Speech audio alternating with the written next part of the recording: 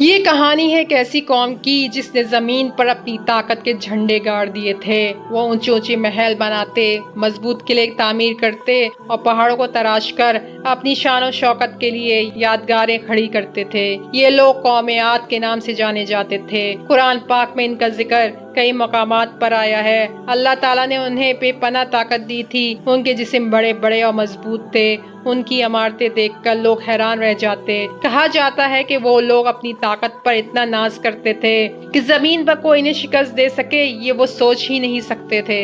قوم عاد کا دارالحکومت ارم ذات العماد تھا، جس سے آج دنیا گمشدہ شہر کے نام سے جانتی ہے۔ اس شہر کے ستون اتنے بلند تھے کہ لوگ اسے دیکھ کر حیران رہ جاتے۔ ان کے سردار، رئیس اور بڑے بڑے خاندان فخر سے کہتے تھے، کون ہے جو ہم سے زیادہ طاقتور ہو؟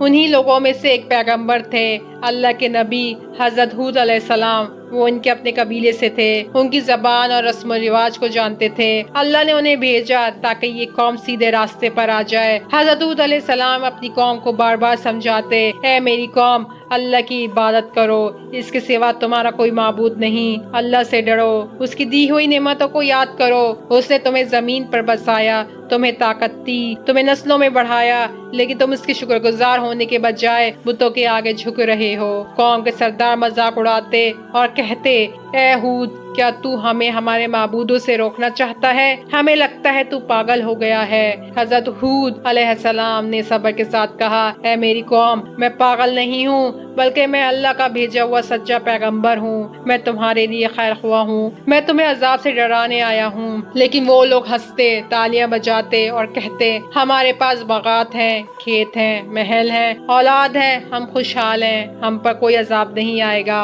اللہ نے اپنی رحمت سے انہیں موقع دیا، لیکن جب وہ ہٹ ڈرمی میں بڑھتے گئے تو بارش روک دی گئی، کھیت سوکھنے لگے، دریا خشک ہو گئے، زمین پیاسی ہو گئی۔ لوگ پریشان ہوئے اور حضرت ہود علیہ السلام کے پاس آئے اور حضرت ہود علیہ السلام سے کہا، ہمارے لیے بارش کی دعا کرو تاکہ ہمارے کھیت ہرے ہوں، ہمارے باغ سرسبز ہوں۔ حضرت ہود علیہ السلام نے کہا، تم اللہ کی طرف پلٹ آؤ، وہ تمہیں بارش بھی دے گا، خوشحالی بھی دے گا، لیکن اگر تم انکار کرو گے تو عذاب آئے گا۔ قوم کے سردار غرور سے بولے، یہ خشک سالی بھی گزر جائے گی، ہم اپنی محنت سے پھر سب کچھ بنا لیں گے، ہم پر کوئی آسمانی عذاب نہیں آ سکتا۔ پھر ایک دن آسمان پر سیاہ بادل چھا گئے، لوگ خوش ہو گئے اور کہنے لگے، یہ ہے وہ بادل جس کی ہمیں ضرورت تھی، اب بارش ہوگی، ہمارے کھیت ہرے ہو جائیں گے۔ لیکن حضرت ہود علیہ السلام نے کہا، یہ وہ بادل نہیں ہے جس میں رحمت ہے، بلکہ یہ وہ بادل ہے جس میں اللہ کا عذاب چھپا ہے۔ بادل سے بارش کے بجائے تیز آندھی شروع ہوئی۔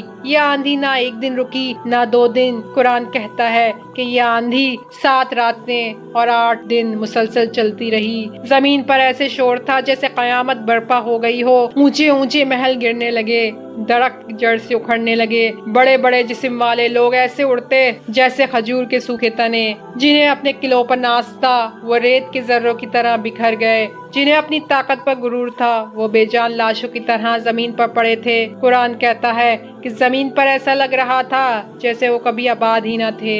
اللہ نے حضرت ہود علیہ السلام اور ان کے ساتھ ایمان لانے والوں کو بچا لیا، وہ اپنے رب کے حکم سے محفوظ رہے، لیکن باقی قوم کا غرور خاک میں مل گیا۔ یہ ہے قوم عاد کی کہانی۔ یہ کہانی ہمیں بتاتی ہے کہ اللہ کی نعمتوں پر غرور نہ کرو۔ طاقت، دولت اور محل انسان کو بچا نہیں سکتے، اصل طاقت اللہ کی ہے، اور جو اللہ سے منہ موڑ لے اس کا انجام عبرتناک ہے۔ دوستوں، آپ کو کیا لگتا ہے آج کی دنیا میں بھی جب لوگ طاقت اور دولت پر غرور کرتے ہیں تو کیا وہ قوم عاد کی طرح انجام سے بچ سکتے ہیں؟ اپنی رائے کمنٹس میں ضرور بتائیں، اور اگر آپ کو یہ کہانی پسند آئی ہو تو ہمارے چینل سنو اردو قصے کو سبسکرائب کریں تاکہ مزید ایسی حقیقت پر مبنی کہانیاں آپ تک پہنچتی رہیں۔ شکریہ۔